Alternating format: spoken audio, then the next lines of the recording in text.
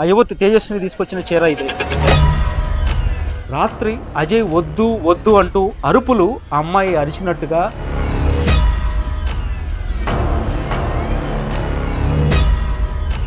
దేవుడు లేడు గంతే ఇక.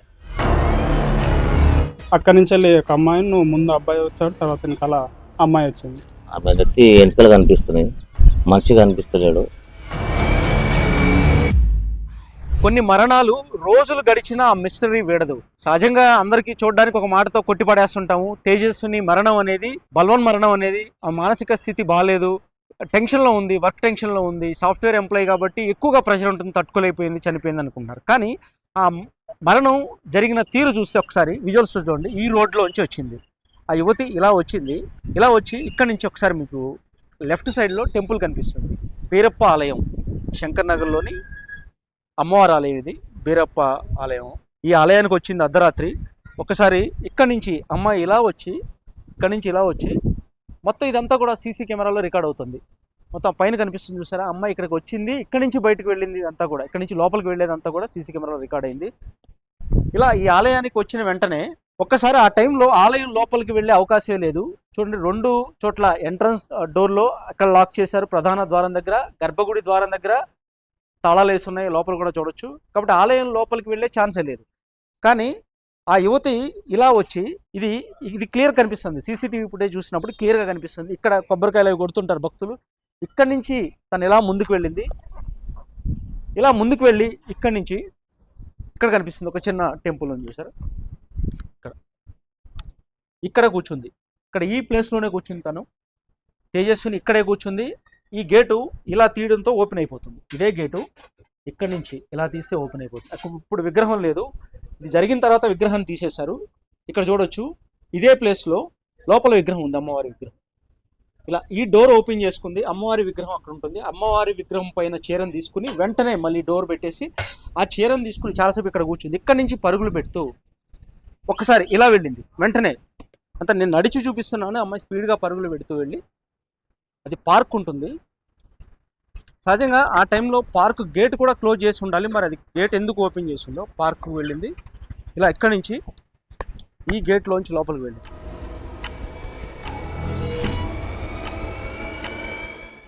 ఇక్కడి నుంచి లోపలికి వెళ్ళింది.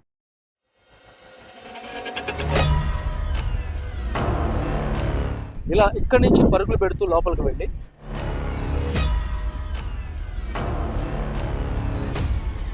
ఆ కనిపిస్తున్న చెరువు ఆ చివరి వరకు వెళ్ళి అక్కడి నుంచి చెరువులోకి దూకేసింది. ఇదంతా జరిగింది 2:30-3 మధ్య జరిగిపోయింది అంతా. చెప్పులు గింత మన కవర్ లెక్కుంది, నేను ముట్టుకోలే. అది వచ్చి చూసే వరకల్లా, చెప్పులు చూసే వరకల్లా పోచమ్మ గుడి ఉందని చెప్పులు ఎందుకు ఉంటాయని ఇటు చూసే వరకల్లా దేవుడు లేడు గంతే ఇక. నాకు భయం మా వాళ్ళని చెప్పినా వచ్చి చూసుకుని ఏం లేవు, చెప్పులు ఒకటి ఇంత కవర్ లెక్కుంది అంతే, ఏం లేవు. ఇటు చూసే వరకల్లా ఇట్లుంది డోరు. ఇగో దేవుడు దీని మీద ఉంటాడు, దీని చెట్టు సీరు ఉంటుంది ఆమెకు, అంతే. ఏం లేవు అన్న సొమ్ములు లేవు, పోసమ్మ అంతే. అక్కడ విగ్రహాన్ని తీసే వచ్చా బయటికి, వచ్చేస్తుందా? అది ఎట్లా ఎత్తుకపోయిందో తెలియదు మాకు, చూసినోడైతే ఎవరు లేడు. పూజ ఏమైనా చేసినట్టుందా? పూజ లేదు, ఏం చేయాలి, ఇంత కూడా చేయలే. మనం మొత్తం మరి దేవునికి ఎక్క ఎత్తుకుపోయిన మనం ఆమెను చూడలే ఇంతవరకు, మనకు తెలియదు. ఆమె పర్సు ఎక్కడ ఉంది? పర్సు ఏమన్నా ఉందా? ఏంటి ఈయన పర్సు పర్సు కాదు, మన కవర్ లెక్క ఉంది అది అంతే. మొబైల్ ఫోన్ కానీ ఇలాంటివి ఏమన్నా? ఏం లేవు, ఫోన్ లేవేం. నేను చూడలేదు దాన్ని, ముట్టుకోలేదు. ఏం చేసి ఎవరికి చెప్పాను చూసిన తర్వాత? మా పెద్ద మనుషులు చెప్పాను, వాళ్ళు వచ్చారు, గుడి పెద్ద మనుషులు ఉంటారు కదా, వాళ్ళు వచ్చారు. ముందుగా చెప్పింది నువ్వే వాళ్ళందరూ?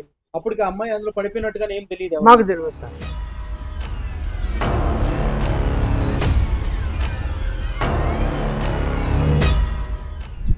అందరూ పోతా ఏందో ఇట్లా పోతుంది పబ్లిక్ అని మేము కూడా పోయినాం. పోయి విషయతకి ఏముందండి, అక్కడ ఆమె వ్యక్తి ఎంపికలు కనిపిస్తున్నాయి, మనిషి కనిపిస్తలేడు. అందరూ చేస్తే నిలబడి ఇక ఆ మున్సిపల్ వాళ్ళు, పోలీసు వాళ్ళు, అప్పుడు పోలీసు వాళ్ళు ఉన్నారు, మేడిపల్లి పిఎస్ వాళ్ళు, పోలీసు వాళ్ళు ఉన్నారు. ఇక అది చేసి తీస్తాదాకా లేము మేము. కానీ వెనకాల చూసాం, తలకాయ చూసాం, ఆమె తలకాయ ఇంతగా అనిపిస్తుంది, చూసి వచ్చాడు చూసింది. ఊర్లో ఏమనుకుంటున్నారు అసలు ఇన్సిడెంట్ గురించి? ఊర్లో ఏమనుకుంటారు అంటే ఇక రాత్రిపూట అయింది కదా రాత్రిపూట అయింది కదా ఊరికంటే ఆ ఊరోళ్ళు కాదు వాళ్ళు ఊరోళ్ళు అయితేనేమో వాళ్ళు ఏదో ఒక బయట పడుతుండే ఇప్పుడైతే వాళ్ళ గురించి అయితే మాకు తెలియదు వాళ్ళు ఇక్కడ వాళ్ళు ఏం కొత్త అది మాకు తెలియదు. ఇలాంటి ఘటన ఎప్పుడైనా మీరు ఉండగా జరిగిందా? లేదు అట్లంటే మా చెల్లెలు అయితే లేవు అట్లా మొన్న సాగు చేసారు ఇంతకుముందు ఆకుండే ఊరంటే ఆకుండే సాగు చేసారు సాగు చేసిన నీట్గా అయింది ఇప్పుడు అది అట్లా మనిషి ఏం పడుతుంది ఇంకా అంతా కనిపిస్తుంది ఇప్పుడు కనిపిస్తుంది అప్పుడు కనిపించకు ఏ పడ్డా భార్య పడ్డా ఏది పడ్డా దుడ్డ పడ్డా కనిపించకు ఆకుల. అక్కడ గుడికి పొద్దున్నే గురువుగారు వస్తారు పూజ చేయడానికి. ఆయన వచ్చేసరికి అక్కడ చెప్పులు ఉన్న పర్సు అవి చూసి ఇక్కడ కాలనీ వాళ్ళకి అందరు చెప్తే కెమెరాలు ఓపెన్ చేయడం జరిగింది. కెమెరాలు ఓపెన్ చేస్తే రాత్రి 2:30 ఆ టైంలోకి అక్కడి నుంచి వెళ్ళి ఒక అమ్మాయిని నువ్వు ముందు అబ్బాయి వచ్చాడు తర్వాత వెనకాల అమ్మాయి వచ్చింది. పరిగెత్తుకుంటూ ఇట్లా గుళ్ళకి పోవడం కెమెరాలు రికార్డ్ దానికి పోలీసులకు ఫోన్ చేసి వచ్చి ఇన్వెస్టిగేషన్ చేసి ముందు అబ్బాయి కనపడ్డా అంటే అక్కడ కింద వాళ్ళు ఉన్నారంట. ఆయన ఫోన్ మాట్లాడుకుంటూ బయట మాట్లాడుతున్నాడు ఫోను. అయితే ఆమె అలా నగ్నంగా రావడం భయానికి ఆయన ముందు ఊరికొచ్చాడు. ఆమె ఆయన వెనకాల ఊరికి అబ్బాయి ఏమిటి కిందికి వెళ్ళిపోయాడు. అమ్మాయి పైకి వెళ్ళిపోయి గుడిలో అక్కడ అమ్మవారి చీర తీసుకొని వెళ్ళి చెరులో పెట్టారు. అది అంటే ఆ టైంలో అరుపులు అబ్బాయి అతనే భయపడి అరిచినట్టున్నాడు. అమ్మాయి అరుపులు వచ్చినాయంట. మేము అందరం లోపల ఎవరికైనా వాళ్ళ ఆ బిల్డింగ్ లో వచ్చినాయన్నారు తెలియదు. అలా ఇలా నడుచుకుంటూ వచ్చింది. నడుచుకుంటూ వచ్చి ఇక్కడ ఒక చెట్టు కనిపిస్తుంది, రావి చెట్టు. ఈ రావి చెట్టు దగ్గర పూజలు అవి చేస్తుంటారు. ఈ చెట్టు దగ్గరికి వచ్చింది విగ్రహాన్ని తీసుకుని, అమ్మవారి విగ్రహాన్ని. ఒకసారి ఇప్పటికీ ఆ చీర ఉంది ఇక్కడే, ఇప్పటికీ ఆ చీర ఇక్కడ చూడొచ్చు. ఇక్కడ పూజలు అవి చేసిన మొత్తం చెట్టు అంతా కూడా పూజలు చేస్తుంది. చీర ఆ యువతి తేజస్విని తీసుకొచ్చిన చీర ఇదే.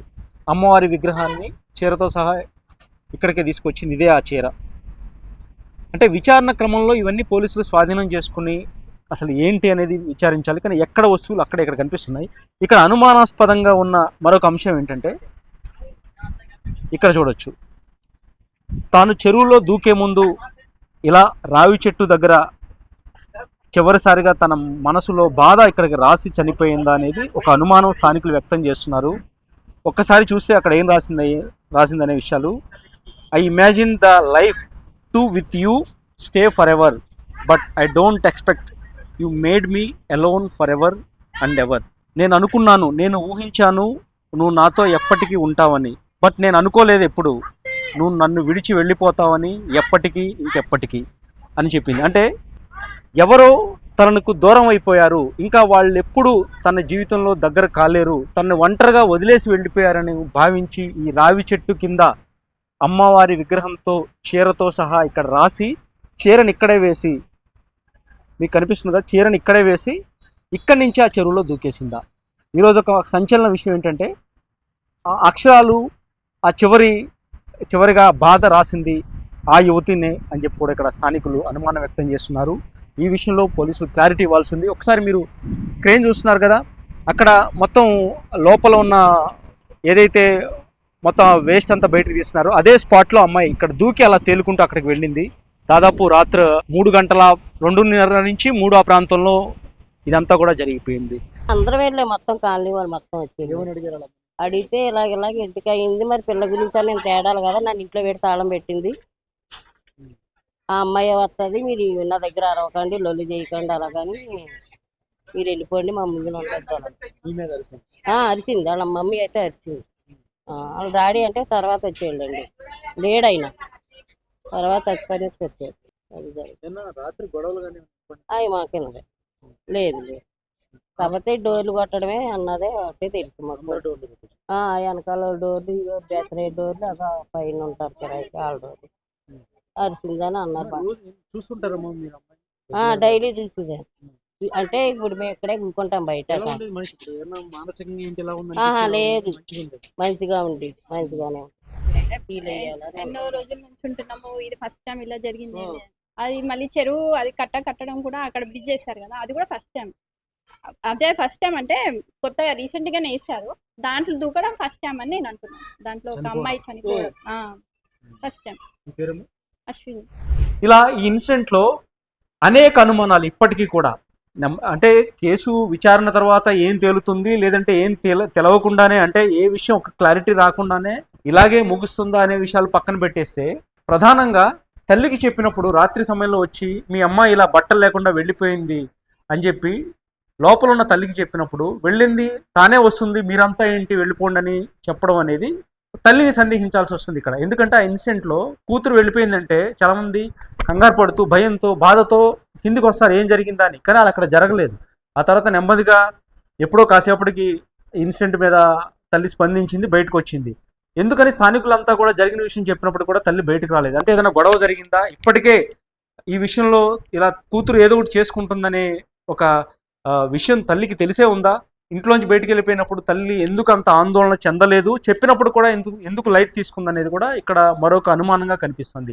కాబట్టి ఈ ఘటనలో ఒక పక్క తల్లిని విచారించడంతో పాటు కింద ఎవరైతే బ్యాచులర్స్ చూశారో అంటే వాళ్ళు ఒకటే చెప్తున్నారు, అమ్మాయి డోర్ కొట్టింది, ఆ తర్వాత మేము దుప్పటి తీసుకుని అమ్మాయి కూడా వెళ్ళాము, పట్టుకోవడానికి వెళ్ళాము, ఆ తర్వాత తను చెరువులో దూకేసి ప్రాణాలు కోల్పోయిందని చెప్తున్నారు. ఇలా ప్రతిదీ కూడా ఒక్కొక్క ఇన్సిడెంట్, ఇది క్రైమ్ సినిమాలో ఎలా అయితే ఉంటుందో, ఒక హర్రర్ మూవీలో ఎలా జరుగుతుందో, ఇక్కడ ఆ రోజు రాత్రి అంత సీన్ జరిగిందని చెప్పవచ్చు. అందరూ ఒక భయాందోళనకి లోనయ్యారు. ఎవరు డోర్ కొడుతున్నారు, అందులోనూ డోర్ కొట్టి డోర్ తీయకపోతే విండోలోంచి కూడా చూసిన పరిస్థితి కనిపించింది. ఎందుకు అమ్మాయి అలా ప్రవర్తించింది, ఏం జరిగింది అనేది ఇక్కడ అర్థం కాని విషయంగా ఉంది. తేజస్విని అనుమానాస్పద మృతిలో అనేక అనుమానాలు వ్యక్తం అవుతున్నాయి. అందులో ప్రధానమైనది, మనం ఇక్కడున్న స్థానికులతో, ఈ ఇంటి కింది పోర్షన్లో ఉన్న వాళ్ళతో మాట్లాడాము, చుట్టుపక్కల ఉన్న వాళ్ళతో మాట్లాడాము. వాళ్ళ దగ్గర నుంచి వినిపిస్తున్నది ఈ కేసుని మరొక కోణంలో తీసుకెళ్తుంది. ఎందుకంటే ఇన్నాళ్ళు కూడా నగ్నంగా బయటకు వచ్చింది, చెరువులో దూకేసింది, విగ్రహం తీసుకువెళ్ళింది అని కూడా అందరికీ తెలిసిందే. కానీ ఆ రోజు అర్ధరాత్రి నగ్నంగా బయటకు రాకముందు, ఈ ఘటన జరగకముందు రాత్రి అజయ్ వద్దు వద్దు అంటూ అరుపులు, ఆ అమ్మాయి అరిచినట్టుగా, అరుపులు వినపడినట్టుగా కూడా కింద ఉన్న వాళ్ళు కానీ చుట్టుపక్కల ఉన్న వాళ్ళు కానీ చెప్తున్నారు. ఎందుకు అలా అరిచింది తేజస్విని, అజయ్ వద్దు వద్దని ఎందుకు కేకలు పెట్టింది, సేవ్ మీ అంటూ కూడా ఎందుకు అరిచింది, ఏం జరిగింది లోపల అనేది కూడా ఖచ్చితంగా తల్లికి తెలిసే ఉంటుంది. తల్లి ఈ కేసులో వాస్తవాలు చెప్పినప్పుడు మాత్రమే తేజస్విని ఇలా చనిపోవడానికి కారణాలు ఏంటనేది కూడా బయటపడుతుంది. శేష యూపీ దేశం, విద్యార్థి కూడా, హైదరాబాద్.